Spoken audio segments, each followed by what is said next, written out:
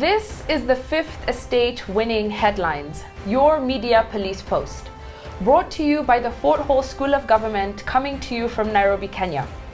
In this segment, we summarize some of the headlines that you might have missed this morning. But we also take a look at the political pieces that we call cartoons in this country. Today is the 2nd of March 2020 and I am 2J. I'm 2M. And I am DM. Let's take a look at today's headlines. Yes. The Daily Nation revealed secrets of MP's Somalia trip. Yes. The Standard, scramble for Kenya. And finally, The Star, Raila gets free hand to woo Uhuru backyard. Yes. We'll start with the odd one out, the Yes. Daily Nation, and then we'll cover BBI. Now, yesterday, 11 MPs who had gone to Somalia to dine and have fun with the president of Somalia, Farmajo, were actually detained by the police and questioned as to why they traveled without clearance. Now, I was wondering, MPs should not get clearance from MFA, Ministry of Foreign Affairs. What they should do is actually inform the Speaker of the National Assembly. Yes. And it's for the purpose of, just in case they miss 8 sessions, then they could possibly miss the sessions. And also, it's also it's courtesy to inform the Speaker. Now, I looked at this thing and I wondered, why would the Kenyan government detain these 11 MPs?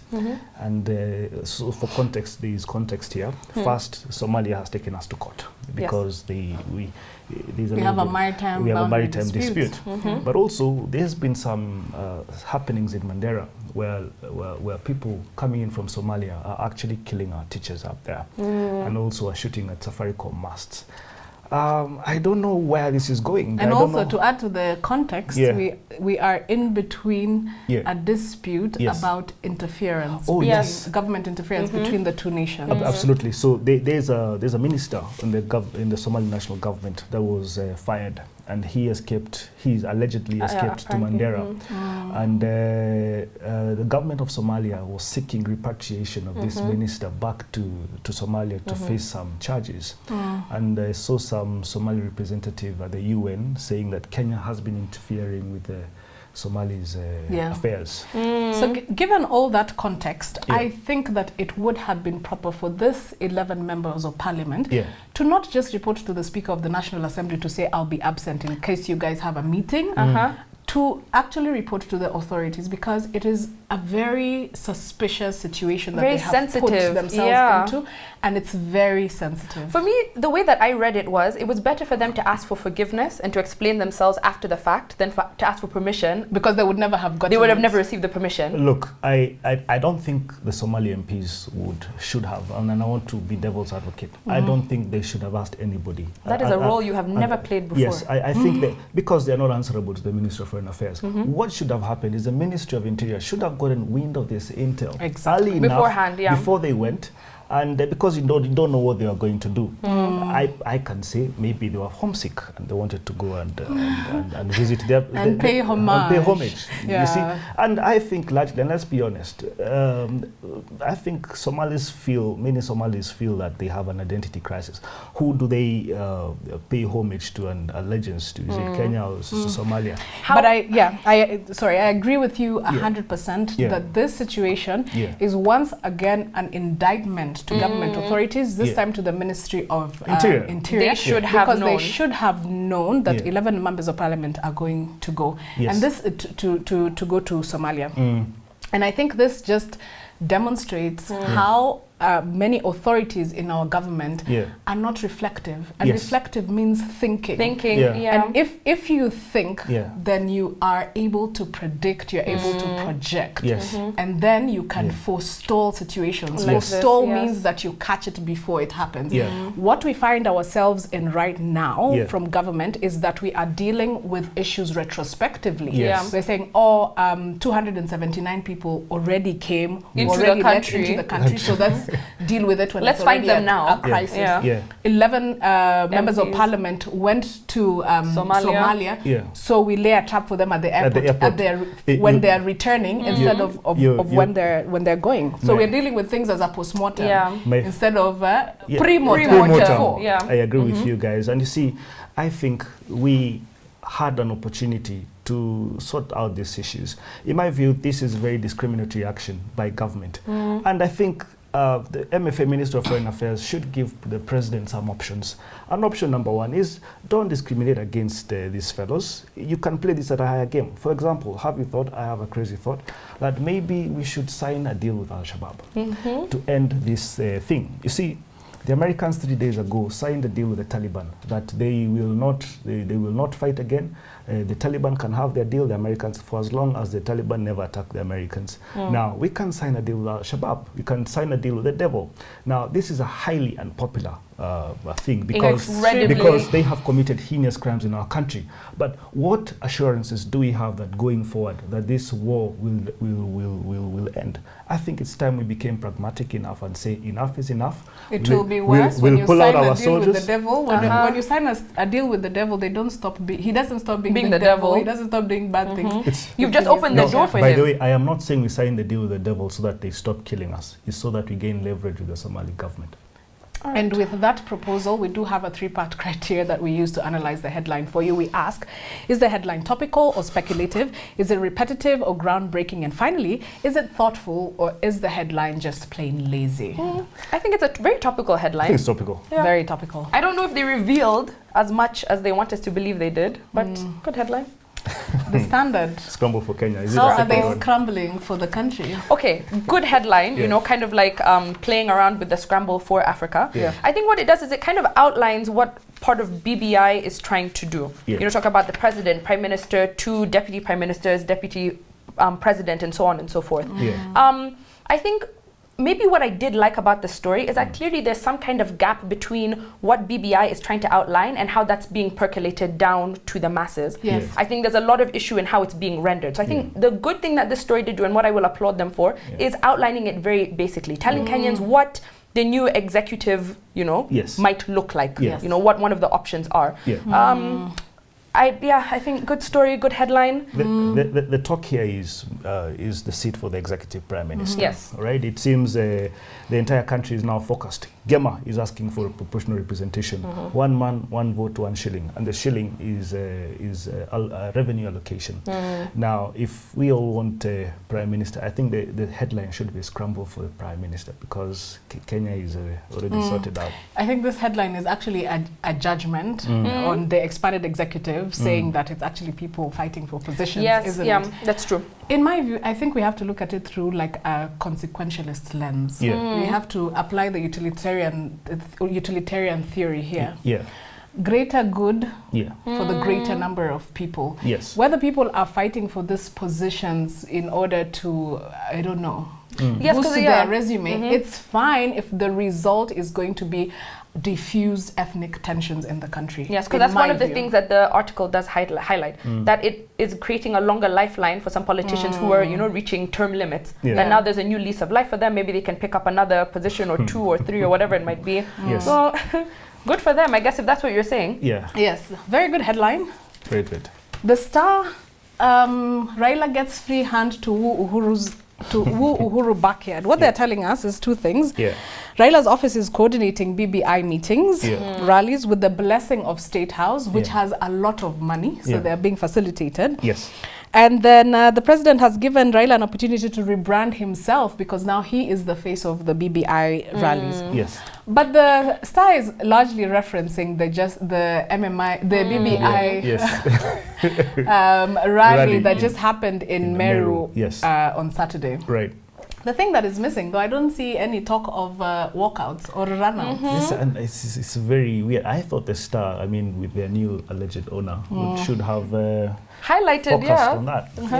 Because Twitter did capture that very perfectly. It's funny you talk about how, you know, being attached to State House means deep pockets. Yet we saw on Twitter people were only receiving quarters of what, you know, they were told they would get. They would get in order to be good. So the context is that supporters. in the rally, allegedly, some people have seen videos. Yes. A big section of the crowd left. Yeah. And also, allegedly, it is Moses Kuria that led the exile out of the rally. Yes.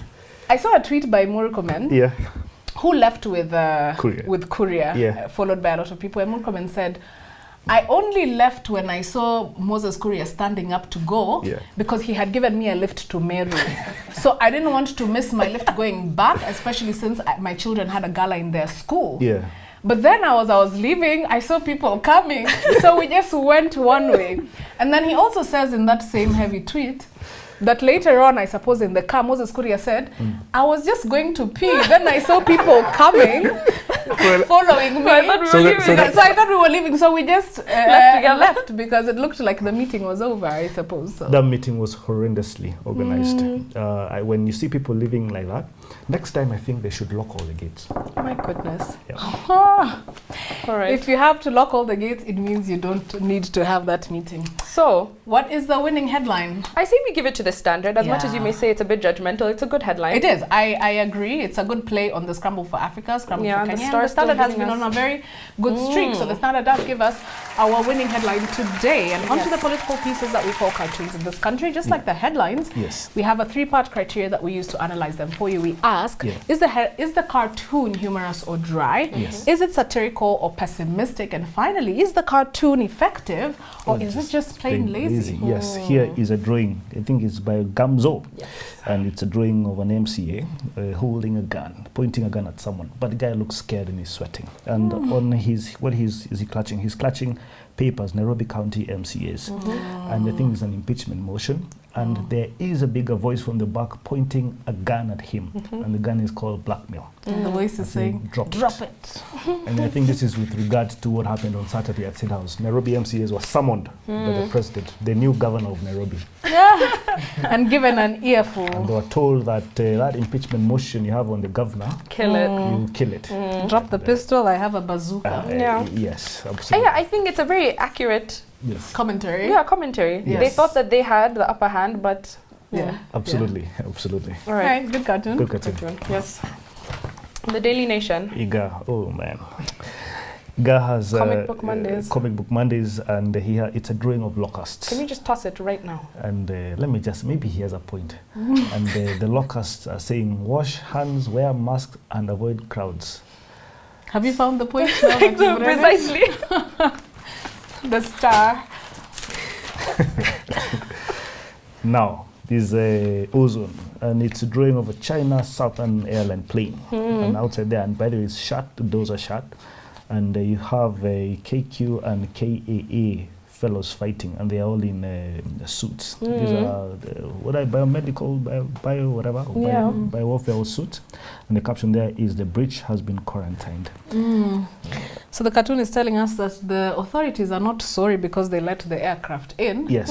They are sorry because they got caught. They got caught. Letting the aircraft in. Because the guy who's being strangled there is holding a phone. It's perhaps a representation of Gire Ali, the guy who was fired. But his clothes are the Kenyan flag representing the people and perhaps their right to know he is what the is breach. happening. Yes, not the corona possible. So it's not the people in the aircraft or allowing them in that's the breach. You know, it's the Kenyan who is giving information to other Kenyans. I was conflicted here. I think KQ took the right in suspending him because I mean, if there are rules and regulations of saying that you cannot take pictures at the apron of an airport, what business do you have? I mean, even if you're doing it for the greater good. Well, it is good that we knew that just China Southern Airline plane landed. And Kenyans would not have known if this guy did not take that picture. Therefore, your point is moot. No, but you see, his first responsibility, duty, is to his employer. Yeah, well, so I would completely disagree because I think this is precisely why you have whistleblower laws.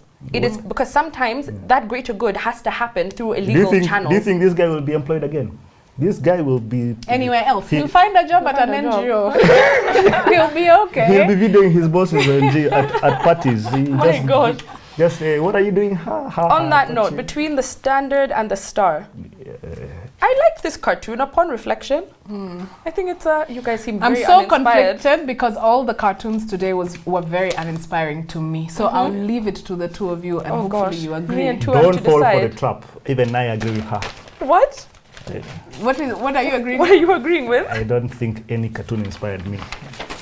So does that leave the vote to me? Yeah, you can All right, vote. I shall give it to the Star. The Star gives us our winning cartoon. Did you see what incidentally. Did you see what I did there?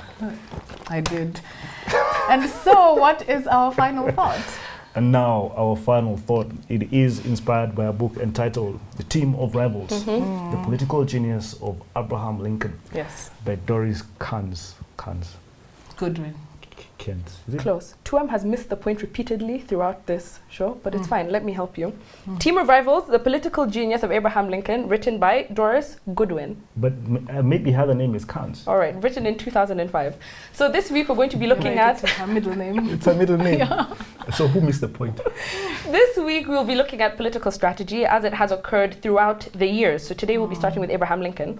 So acclaimed historian Doris Kearns Goodwin illuminates Lincoln's political genius in this highly detailed book. She's actually a Pulitzer Prize winner. So telling of how a one-term congressman and a small-town lawyer rose from obscurity to become the president of the United States.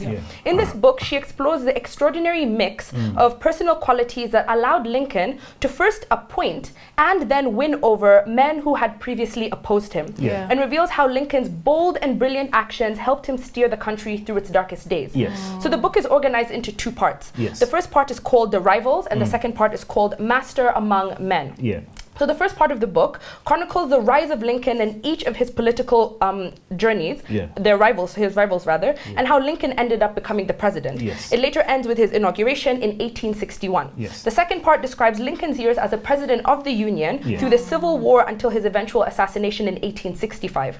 So the book actually starts out in 1860 and it starts with the focus on four men, William Seward, Salmon Chase, Edward Bates, and Abraham Lincoln, as they waited in their hometown of Chicago for the result of the Republican national primaries.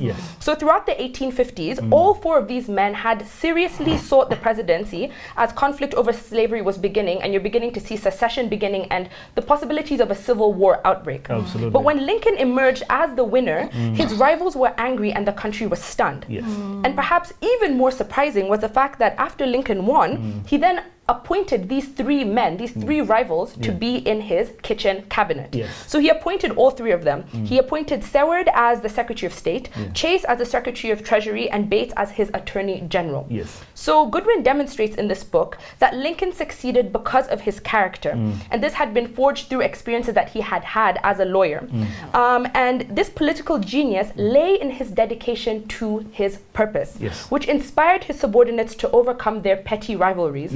And this came from his superb sense of timing and his sensitivity, which I thought was very interesting, to the pulse of public opinion as he moved to bring along a divided people to the support of a new birth of freedom. So of course this is right before the American Civil War. So when he was asked about why he had made these appointments and how he had convinced these team of rivals to back him, an inexperienced president, he said, "We needed the strongest men of the party in the cabinet, and these were the very strongest of men. I had no right to deprive the country of their services." So it was in this capacity that enabled Lincoln to bring about his disgruntled opponents together and create the most unusual cabinet in history, and use their talents to the task of preserving the Union and winning the war. So ultimately this book, I think, is about the team that Lincoln created, that he used to preserve a nation and free America from the curse of slavery. Amen. Fantastic. And how crucial, most importantly, his leadership was in American history. He's known as one of the most important presidents that the country ever had. With the strongest legacy. Exactly. But I think he was pragmatic and a little bit of Mkora. And here is why. See, in May 1860, the Republican Party was holding a convention in Chicago. Now, they were to choose the man who would hold the Republican Party's flag at the presidential election. So on the first day of the meeting of the convention, the delegates met. And on the paper, on the agenda, was to vote as to whether the candidate would win with either 2/3 majority or just a simple majority. Delegates voted for simple majority. Second day, decision was made to go directly to the presidential vote. Now, one secretary of the party woke up, and I think this was because of mischief, and he said, "Oh, we cannot go for the vote right now. What we are lacking now is tallying papers. So we can all vote, but we don't have the tallying paper. So let's adjourn until the following day, the third day, at 10:30 p.m. At 10:30 a.m. and then we shall begin the vote." Now, they go for 2 rounds the following day, 2 rounds of voting. And having seen this, a guy called Joseph Medill, and who is a Chicago Daily Tribune writer. And he was seated right next to a man called Norman Jude, who is the Illinois delegates chairman. And after seeing all this, and there's a part I skipped and I'll come back to it. After seeing the frenziness of the people process. And the voting process, he says, "Oh, swing with Lincoln and your boy was that guy called Edward Bates. We'll sort him out." Now, this guy called Jude said, "So I will give it to Lincoln." But before they won, there's something that happened at about 6-7 a.m. on the third day. This Lincoln guy, and the reason I'm calling him Amcora, is he printed 10,000 tickets for his supporters. And the reason he did that was to allow them to come into the convention and outshout his rivals, the 3 other guys. Now, once this guy called Norman Jude, who was the Illinois senator, delegates chairman, and the time he saw this, he said, "I think this guy has so much support and everything. I will go with." He has a better chance of winning. He has a better chance of winning the presidency should we run with the Democrats on the other side. And cut long story short, the man won with 40% majority votes. It was none other than Abraham Lincoln. You know, I agree with that Mkora theory. He goes down in history as Honest Abe. The American people call him as Honest Abe, short of Abraham.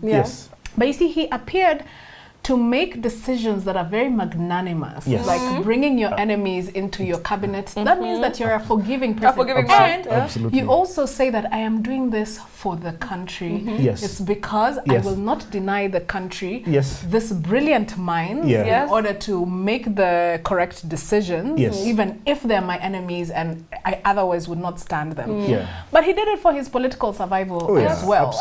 And that's the first thing. There's another thing that he did for his political survival that looked magnanimous, and I'll get to it. But the reason that he, for personal reasons, had to incorporate his team of rivals is, as you had mentioned, America was at a very tumultuous time.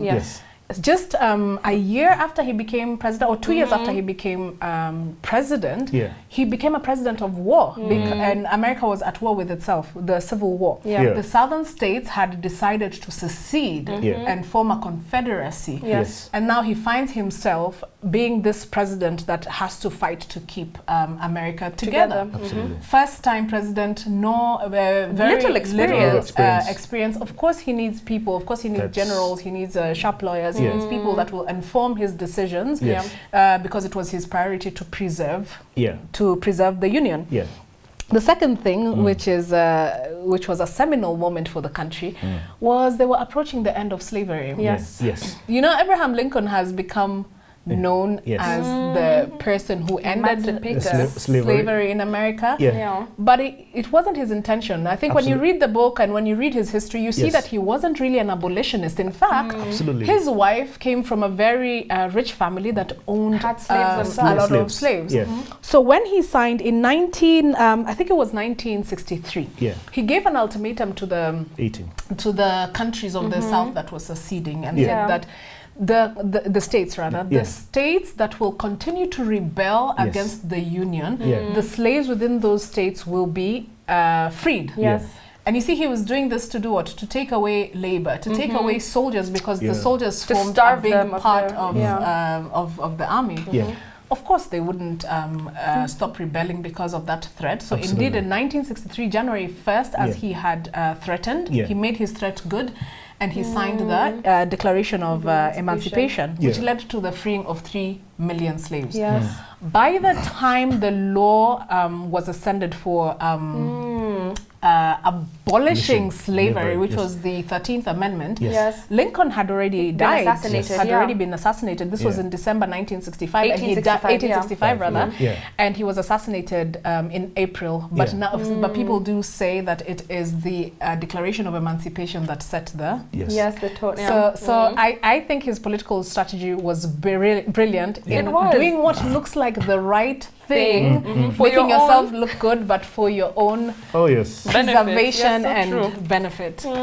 On a day when the Standard gave us the winning headline and the Star gave us the winning cartoon. I'll give you a very optimistic quote from Abraham Lincoln. He says, "We can complain because rose bushes have thorns in them, or we can rejoice because thorn bushes have roses." And with that, please subscribe to our YouTube channel, and you can also find us on your TV screens. We're on Star Times, GoTV, and Pang Free to Air. Thank you for joining us. Have a good evening and see you tomorrow.